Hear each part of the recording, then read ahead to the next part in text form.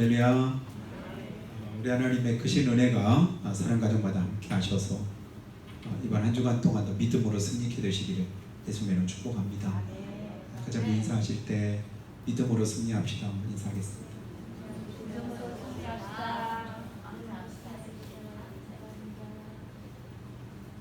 더워도 너무 더우시죠? 뜨거워도 참 뜨거운 것 같습니다. 그러니까 덥다라는 말 이렇게 그거 가지고 부족하고 뜨겁다 하는 말로 부족하니까 더워도 너무 덥다, 뜨거워도 너무 뜨겁다. 여러분 살아가면서 우리가 어려운 일도 만나고 힘든 일도 만나잖아요. 어려울 때 힘들 때 여러분이 가장 많은 생각을 무엇으로 그 어려움과 힘겨움을 이겨나가시는지 한번 물어봤으면 좋겠습니다. 여러분 어려울 때 힘들 때 무슨 생각 제일 먼저 드시나요? 엄마 생각나나요? 신랑 생각날까요? 자녀들 생각나나요? 각자 자기가 의지할 만한 기댈 만한 누군가를 우리가 생각할 수 있을 겁니다.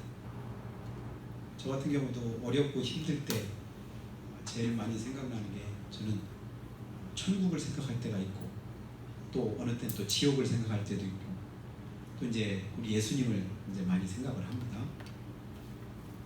이렇게 힘들고 어려워도 참고 견디면 영광스러운 천국이 있다. 그러면 참아지더라고. 또 아무리 힘들고 어려워도 그래도 지옥보다는 낫지 생각하면 좀 더 인내하게 됩니다. 그리고 고난과 어려움 속에서 원망이 나오고 나도 모르게 불평 나오려고 할 때 만왕의 왕이셨던 예수님이 이 땅에 오셔서 고난당하신 그 모습을 생각하면 이쯤이야 하면서 또 이겨집니다. 더운데 너무 뜨거운데 그래도 야 저쪽 유럽에 있는 다른 나라보다 덜 더워서 그래도 감사하다 그 생각이 들고요.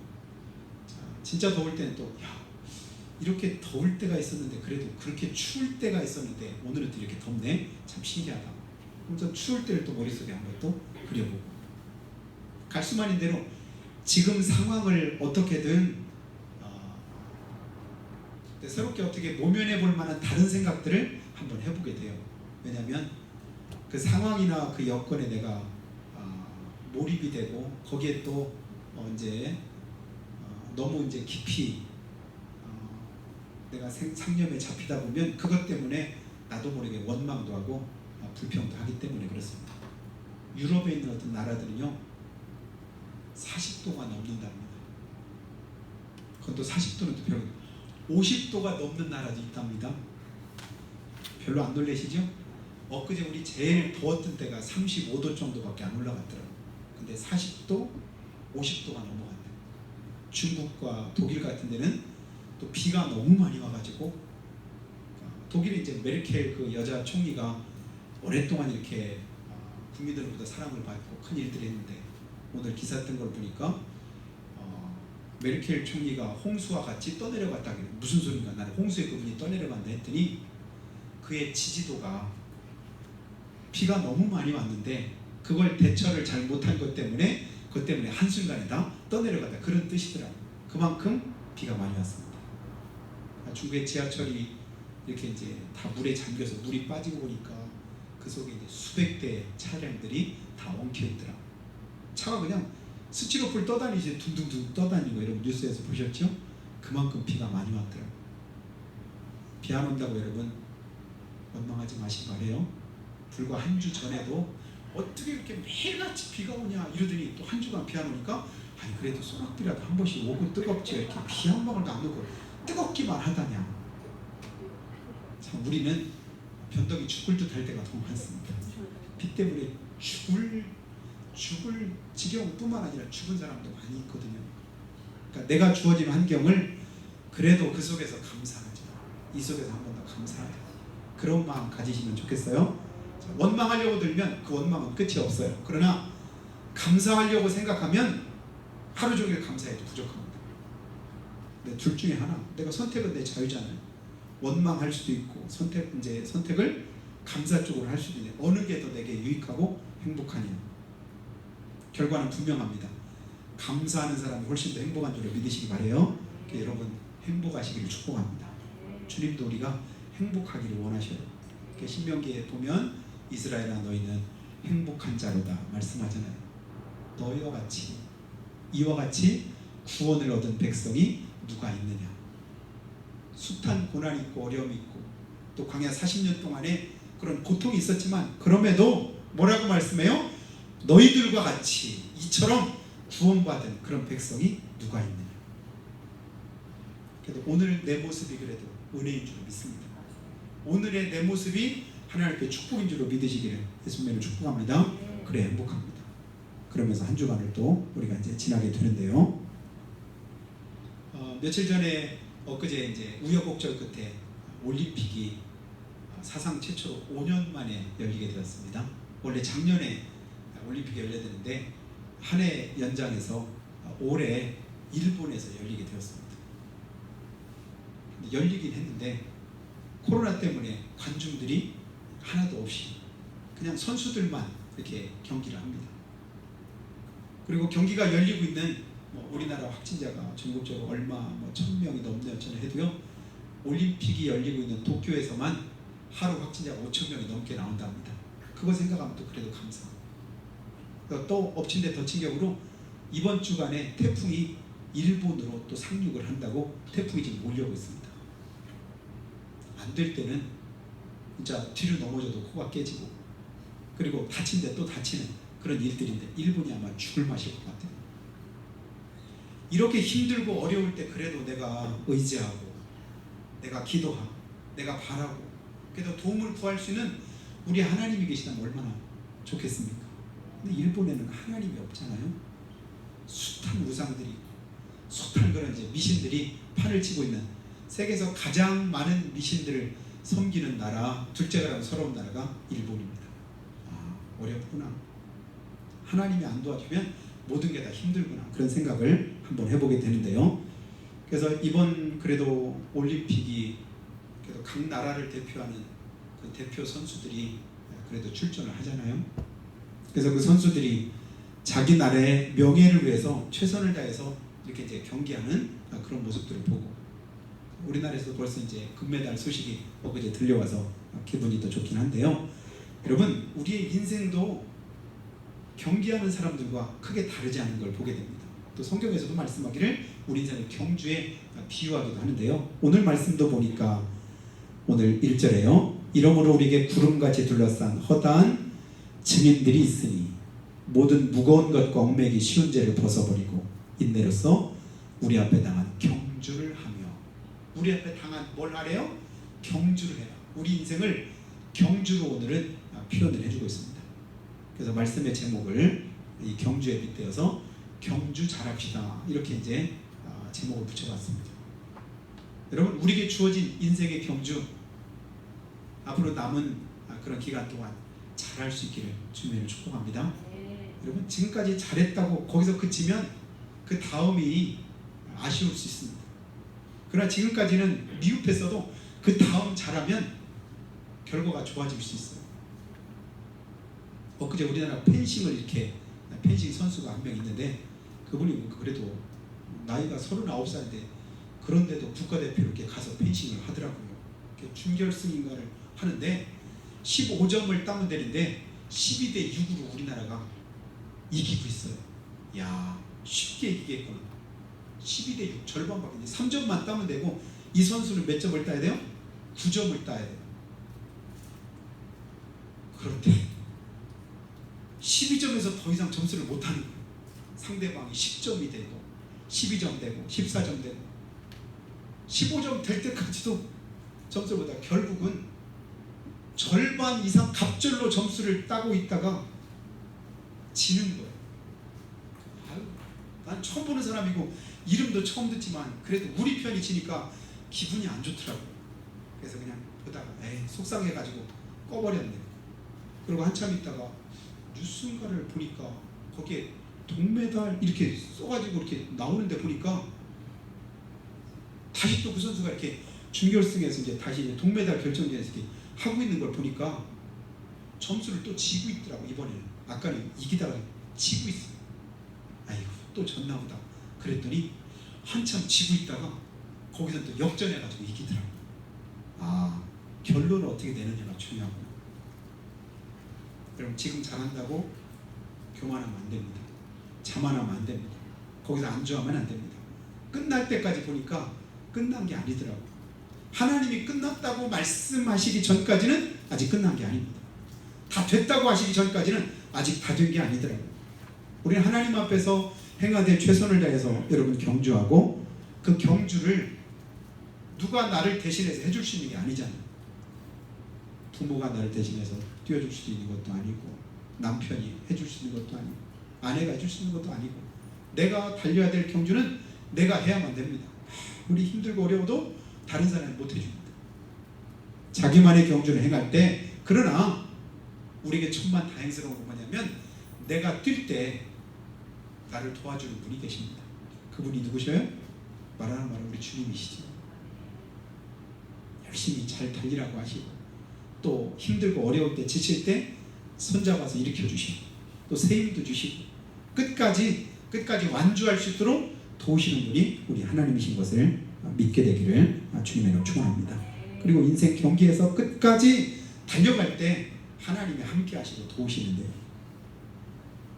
디모데후서 4장 7절과 8절 보면 사도 바울의 마지막 그 믿음의 고백이 있는 걸 우리가 잘 압니다.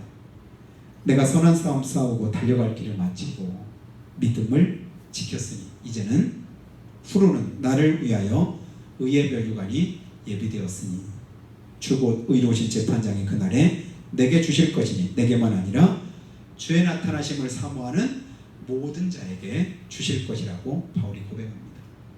여러분, 바울의 그 삶은 참으로 주님 만나기 전의 삶하고 예수님 만나고 난 이후의 삶이 180도 바뀌었잖아요. 이전에는 별 그렇게 어려움이나 또 힘든 그런 삶이 없었던 것을 우리가 봅니다. 세상적으로 성공했어요. 배울 만큼 배우고 가질 만큼 가지고 출세할 만큼 출세했던 사도 바울입니다. 근데 부활하신 예수님 만나고 나니까 그 모든 게 별 소용이 없는 걸 알았지요. 그래서 자기 삶을 온전히 주님께 올인하고 살아갈 때 그의 삶이 어땠어요? 고난이 있고 고통이 있고 아픔이 있고 여러 가지 많은 힘든 그런 삶이 있었습니다. 수없는 죽음의 고비도 넘겼습니다. 그럼에도 불구하고 다 마칠 때 그가 뭐라고 말해요? 내가 선한 싸움 싸우고 달려갈 길을 달리고 믿음을 지켰으니. 그거 지키려고 숱한 고난과 어려움이 있었는데, 그런데 나보고 하나님이 잘 달렸다고, 잘 싸웠다고, 그리고 믿음 잘 지켰다고 하나님이 지금 상 주려고 준비하고 계시다는 거. 4년 5년 동안을 땀 흘려가면서 그렇게 힘들고 어렵게 훈련하고 준비했더니 결과가 이제 금메달이 내게 주어질 때 그 감격은 이루 말할 수가 없는 것이지요. 울지 말래도 울어지고 감동이 그냥 밀려들어 어찌할 줄 몰라하는 그런 모습들을 우리가 보게 됩니다. 주님 앞에 갈 때는 그것과는 비교도 안 될 줄을 믿습니다.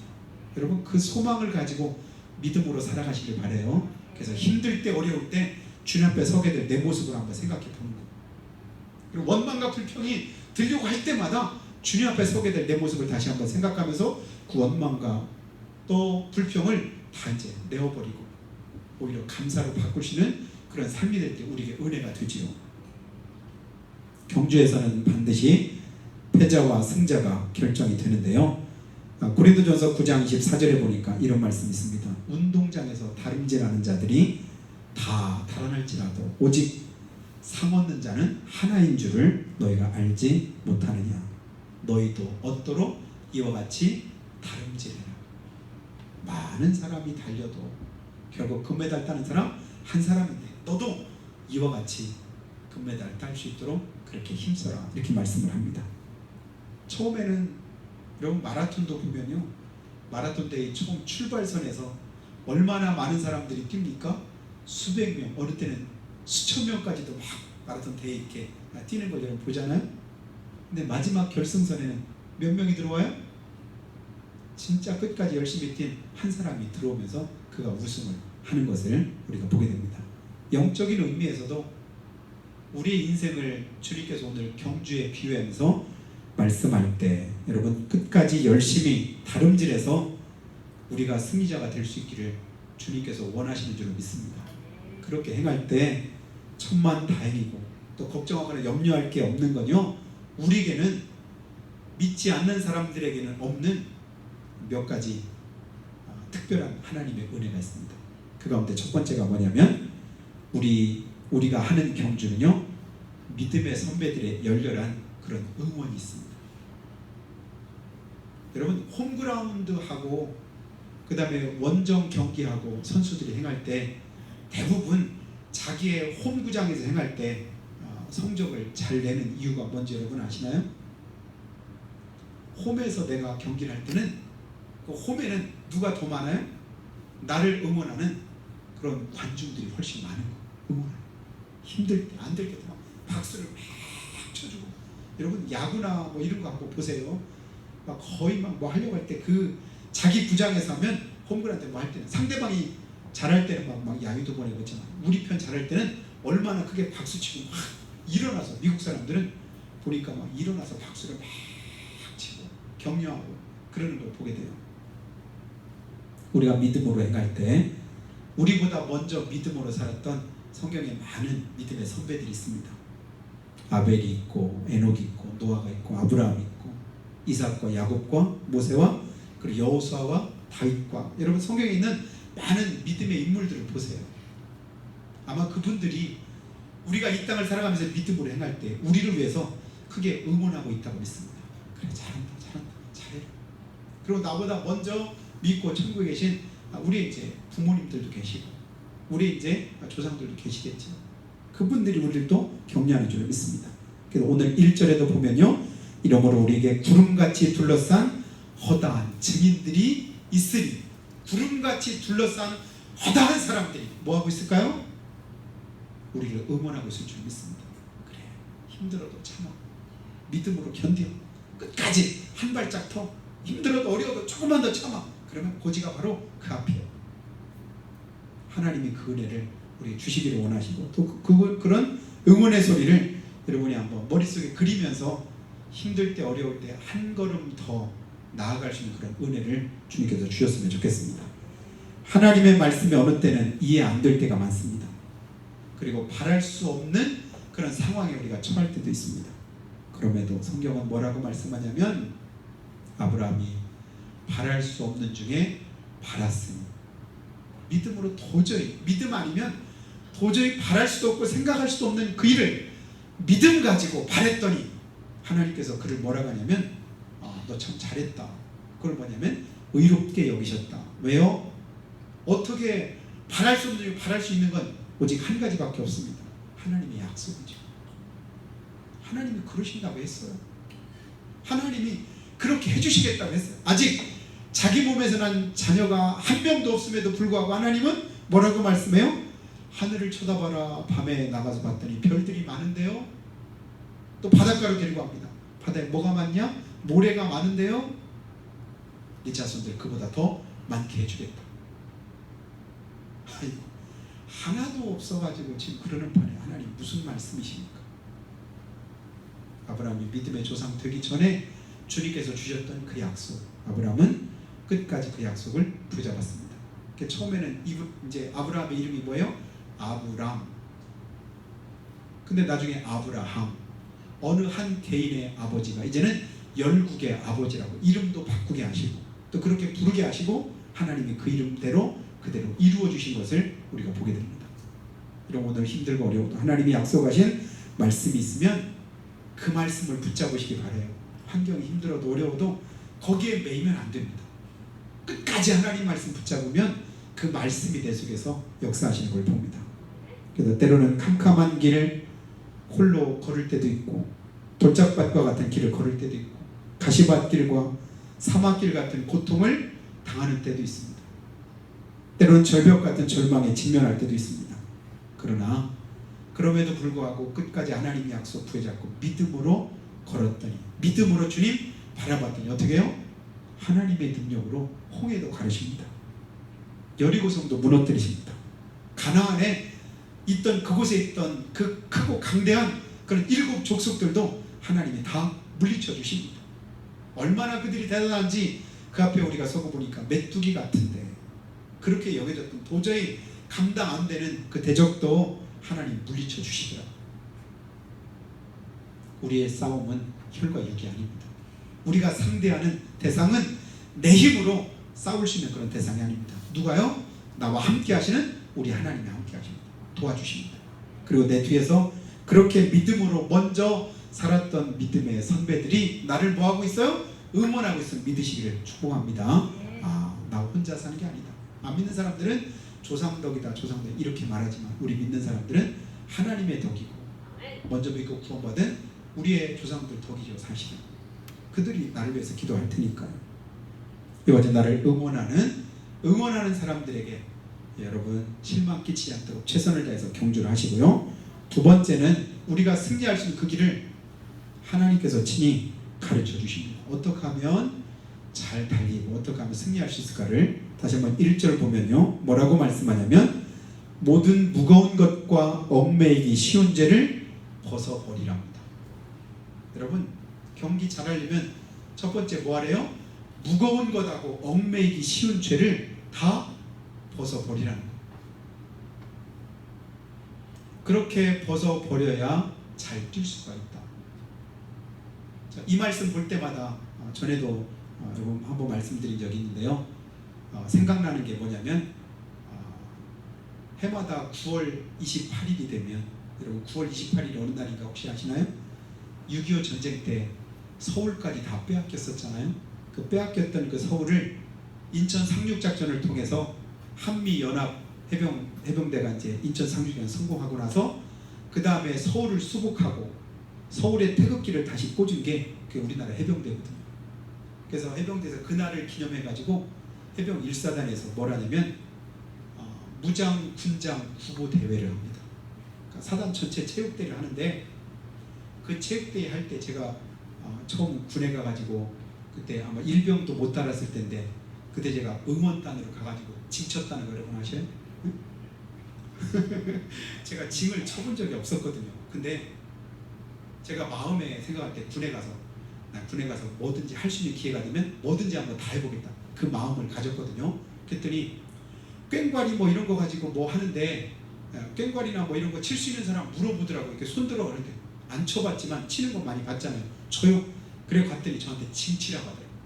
이제 우리 이제 연대급으로 이렇게 막 하는데 그 할 때 막 징 치면서 막 이렇게 했는데 그 체육대회의 가장 하이라이트가 뭐냐면 완전 군장 40kg를 등에 지고 33명이 각 연대별로 이렇게 이제 끈으로 이렇게 다 이렇게 테두리 묶고 나서는 열 맞춰 오하열을 딱 맞춰가지고는 그 정해진 그 거리를 가장 빨리 이제 단시간에 들어오는 기록을 가지고 그걸 이제 순위를 매기는데 제가 이제 속해 있던 그 연대가 해마다 거의 대부분 우승을 해서 그러니까 완전 무장 구조대에서 최고 잘하는 그런 부대입니다.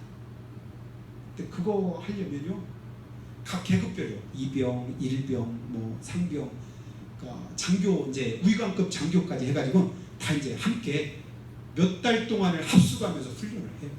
그리고 마지막 대회가 있는 당일날에는 조금이라도 무거운 거 이런 거 공기 저항을 줄이려고 어떻게 한다고 했어요? 면도칼 가지고 그렇잖아도 그냥 해병대는 머리가 빡빡인데 면도칼 가지고 그날은 머리를 중처럼 다 밀어.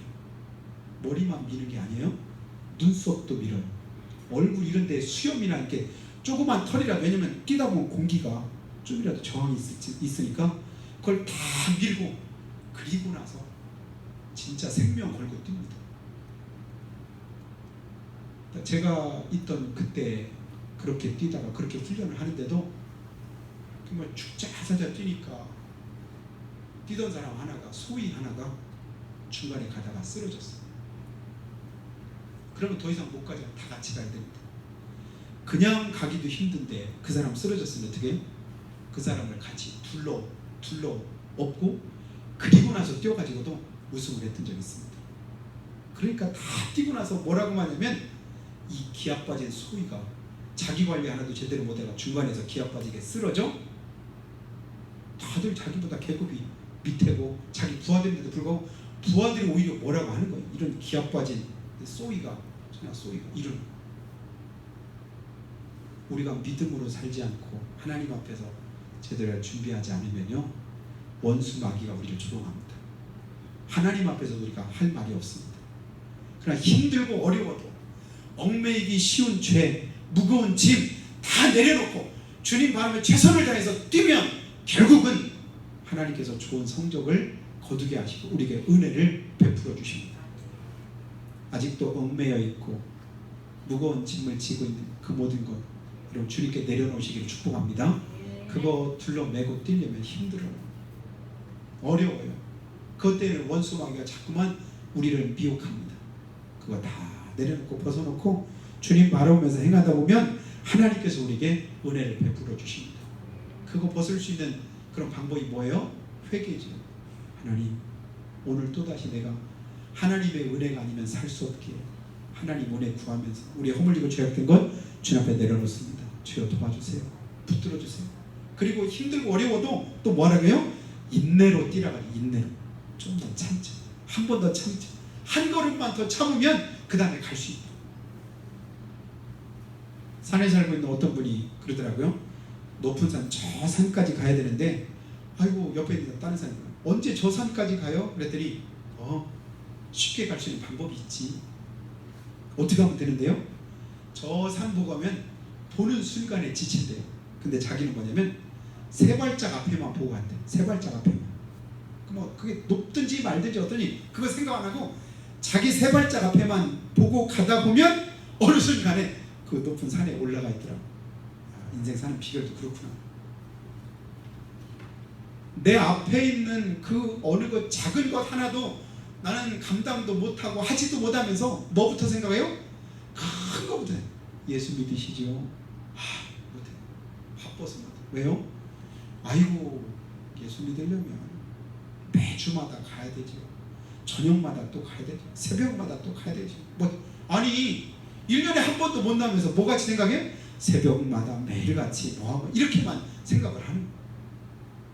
하나부터잖아. 하나부터 내게 주어진 거 한 걸음부터 그것부터 감당하다 보면 결국은 나중에 더 많은 것도 감당하게 되고 큰 일도 감당하게 됩니다. 이 모든 일들을 뭐 하면서 행하라고 말씀하셔요? 주님께서 인내하면서 그렇게 행하라고 하시고, 그 세 번째 이길 수 있는 그 비결에 대해서 뭐라고 말씀하냐면요, 믿음의 경주에서 승리하기 위해서는 끊임없이 바라보되, 뭘 바라보냐면 우리 주님을 바라보라고 말씀합니다. 2절에 보면요, 믿음의 주요 또 온전하게 하시는 예수를 바라보자. 여러분, 믿음의 경주의 최종적인 승리는 어디에 있을까요? 우리 주님 손에 있는 줄로 믿습니다. 주님이 이기게 해주시면 이길 수 있어요. 주님이 나를 붙들어 주시면 내가 승리할 수 있습니다. 힘들고 어려울 때 환경 보고 내게 처해진 여건 바라보고 내 손에 들려진 거 바라보고 그러다 보면 낙심하고 좌절할 수 있습니다. 그냥 주님 바라보시기 바랍니다. 주님이 어떠셨는데요? 그는 그 앞에 있는 기쁨을 위해서 십자가를 참으사. 예수님은 십자가 참을 때 그냥 참은 게 아니라 뭘 보고 참으셨대요? 그 앞에 있는 기쁨을 보고 참으셨다. 힘드신가요? 어려우신가요? 지금을 보지 말고 그거 이기고 난 다음을, 그 다음을 보고 참으시기 바랍니다. 지금만 바라보지 말고 그 다음을, 그 다음 나타날 하나님의 은혜를, 내게 부어주시는 하나님의 영광을 바라보면서 한 번 더 참으시기 바랍니다. 주님도 그렇게 참으셨다. 맞아. 주님도 그 길 가셨지. 그 모욕 견디셨지. 그 자존심 상해도 주님께서 그냥 개의치 않으셨지. 왜요? 기쁨이, 즐거움이 그에게 있을 것을 아셨기 때문에. 그리고 3절에서도 더더군다나 뭐 하셨어요? 우리가 피곤해 낙심하지 않기 위해서 죄인들이 자기에게 이렇게 거역한 일을, 참으신 일을 생각하라. 한 번 더 말씀해요. 주님 한 번 더 바라보라고 말씀해요. 피곤해서 그만두고 싶고 낙심하고 싶고 때려치고 싶고 그럴 때 한 번 더 누구 생각을 해요? 주님도 그거 참으셨다. 자기에게 거역한 그 일도 참으셨다. 예수님 바라볼 수 있는 믿음의 눈이 보배인 줄로 믿습니다. 여러분 주님 바라보셔요. 힘드십니까? 십자가에 달리신 주님을 묵상하시기 바랍니다. 그러면 감당 못할 게 없습니다. 주님이 새롭게 우리에게 힘을 주십니다. 그런데요, 충분히 주님 볼 수 있는데도 불구하고 엉뚱한 거 바라보는 사람도 있습니다. 하와는 눈을 들어서 선악과를 바라보다가 미혹되어서 죄에 빠집니다. 아간은 물질에 눈이 어두워서 탐심이 일어났고 결국 그것 때문에 그가 망하고 맙니다. 창세기 13장 10절에 보면 롯이 눈을 들어서 요단을 바라봤더니 그곳이 바로 소돔과 고모라 땅이 되었습니다. 결국은 그도 나중에 망하고 맙니다. 아브라함은 그러나 신령한 눈을 떠서 하나님의 약속을 바라봤더니 결국은 승리케 됩니다. 믿음의 조상이 되지요. 뭘 보고 뭘 바라보느냐가 굉장히 중요합니다. 여러분 항상 밝은 면을 보시고 믿음의 생각을 가지고 행하시기를 축복해요. 어느 때든지 믿음으로 바라보고 믿음의 생각하면요 그 속에서 우리가 행할 길을 얻게 됩니다. 원망하기로 불평하기로 작정하면요 끊임없이 원망과 불평이 나오지만 그러나 믿음의 눈을 열면 감사가 나오고 또 축복이 되고 또 하나님의 은혜가 깨달아집니다. 선지자 엘리사가 도단을 이렇게 포위했던 아람 군대가 가득 있는 그것을 그의 시종 게하시가 보고 나서는 뭐라고 하냐면 큰일 났습니다. 우리 이제 다 죽었습니다. 왜 그러냐? 지금 보세요. 아람 군대가 온 성을 다 포위하고 있습니다. 그랬더니 엘리사가 뭐라고 말해요? 걱정하지 마라. 저들보다도 두려워하지 마라. 우리와 함께한 자가 저들과 함께한 자들보다 많으니라. 그래서 이제 엘리사가 뭐라고 기도하냐면 저의 눈을 열어 보게 하옵소서. 그랬을 때 게하시의 눈이 영적인 눈이 열려서 봤더니요 하나님이 보낸 불말과 불병거가 그 온 성을 다 둘러덮고 있는 거예요. 내 눈에 보이는 것이 다가 아닙니다. 영적으로 하나님께서 우리를 위해서 준비된 것이 훨씬 더 크고 많은 것을 여러분 믿으시길 축복합니다. 내 뒤에는 항상 누가 계셔요? 우리 주님이 계십니다. 내가 지금 포위 사방 우겨쌈 당했다고요? 그래도 바울은 말하잖아요. 우리가 우겨쌈 당하지 않는다. 사람들이 볼 때 우리 망하는 자 같다고? 천만에 나는 망하는 자가 아니에요. 죽는 자 같다고? 아니다. 우리는 죽는 자는 뭐사? 남을 살리는 자다. 거꾸로요. 사람들이 보는 거하고 세상이 보는 거하고 마귀가 우리의 눈을 통해서 보게 하는 것하고 하나님께서 우리에게 보여주시는 것은 전혀 다를 때가 많습니다. 주님께서 우리의 눈을 열어주시기를 주님의 축복합니다.